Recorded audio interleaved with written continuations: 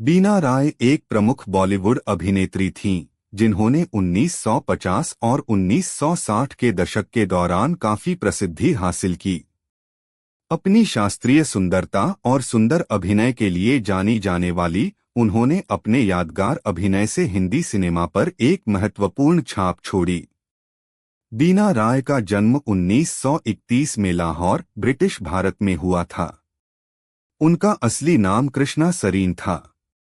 वह एक रूढ़िवादी, मध्यम वर्गीय परिवार से थीं और अपने समय की कई लड़कियों की तरह अभिनय एक पारंपरिक करियर विकल्प नहीं था। हालांकि उन्हें अभिनय का शौक था और अपने परिवार के विरोध के बावजूद उन्होंने फिल्मों में अपना करियर बनाने की ठानी।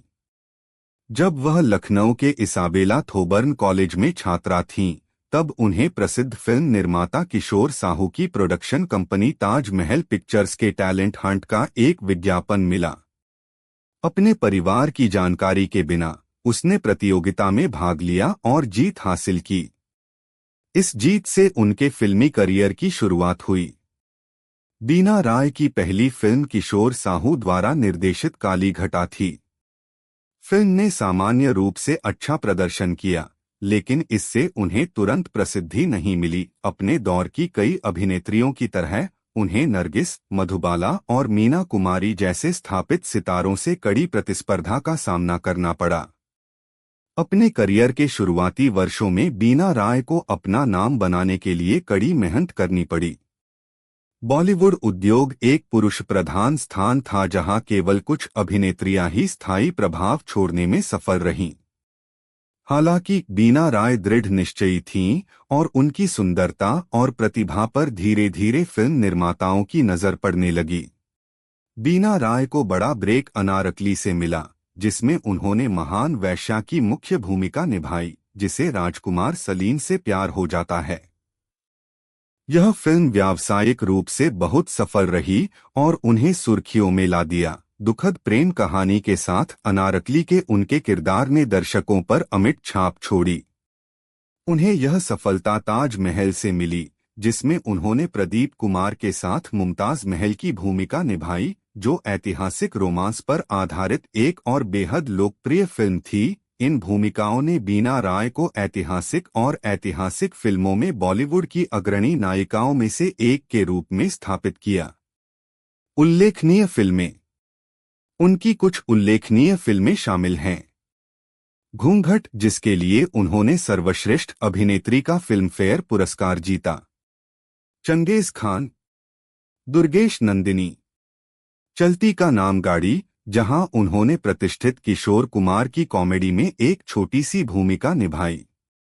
1952 में बीना राय की मुलाकात अभिनेता प्रेम नाथ से उनकी फिल्म औरत के सेट पर हुई। उनकी केमिस्ट्री ऑफ स्क्रीन जल्द ही एक रोमांटिक रिश्ते में बदल गई और उन्होंने उसी साल शादी कर ली।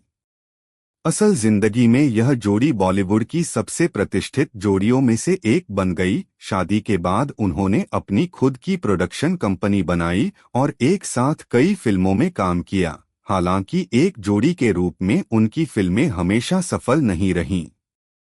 बीना राय और प्रेम नाथ के दो बेटे थे। उनके एक बेटे प्रेम कृष्ण अपने माता पिता के नक्शेकदम पर चलते हुए फिल्म उद्योग में शामिल हो गए, लेकिन अंततः वह टेलीविजन प्रोडक्शन में चले गए। उनके दूसरे बेटे कैलाश नाथ सुर्खियों से दूर रहे। 1960 के दशक के मध्य तक बीना राय ने अपने पारिवारिक जीवन पर अधिक ध्यान केंद्रित करने के लिए फिल्मों से दूरी बनानी शुरू कर दी।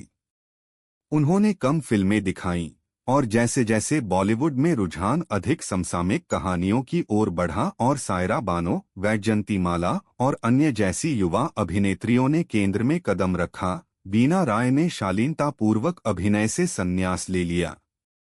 बीना राय का अभिनय करियर उनके समकालीनों की तुलना में अपेक्षाकृत छोटा था, क्योंकि उन्होंने एक दशक के स्टारडम के बाद अपने निजी जीवन को प्राथमिकता देना चुना। उनकी अंतिम फिल्म उपस्थिति 1966 में प्रोफेसर और जादूगर में थी। अपनी शीघ्र सेवानिवृत्ति के बावजूद बीना राय को बॉलीवुड में अनुग्रह और सुंदरता के प्रतीक के रूप में याद किया जाता है। ऐतिहासिक और पौराणिक चरित्रों में उनके अभिनय ने उन्हें अलग पहचान दिलाई और अनारकली और ताजमहल जैसी फिल्मों में उनके सशक्त अभिनय के लिए उन्हें आज भी याद किया जाता है। उन्हें अपने काम के लिए कई प्रशंसाएं मिलीं और उन्होंने एक ऐसी विरासत छोड़ी जिसने उनके बाद आने वाली कई अभिनेत्रियों को प्रेरित किया। भारतीय सिनेमा में एक समृद्ध विरासत छोड़कर बीना राय का 6 दिसंबर 2009 को 78 वर्ष की आयु में निधन हो गया। बॉलीवुड के स्वर्ण युग के दौरान उनका योगदान महत्वपूर्ण है और फिल्म प्रेमियों द्वारा उनके काम की सराहना की जाती रही है। उनका जीवन दृढ़ता, व्यक्तिगत प्रतिबद्धताओं के साथ पेशेवर उपलब्धियों को संतुलित करने और बॉलीवुड के स्वर्ण युग में प्रभावशाली योगदान देने का एक प्रमाण है।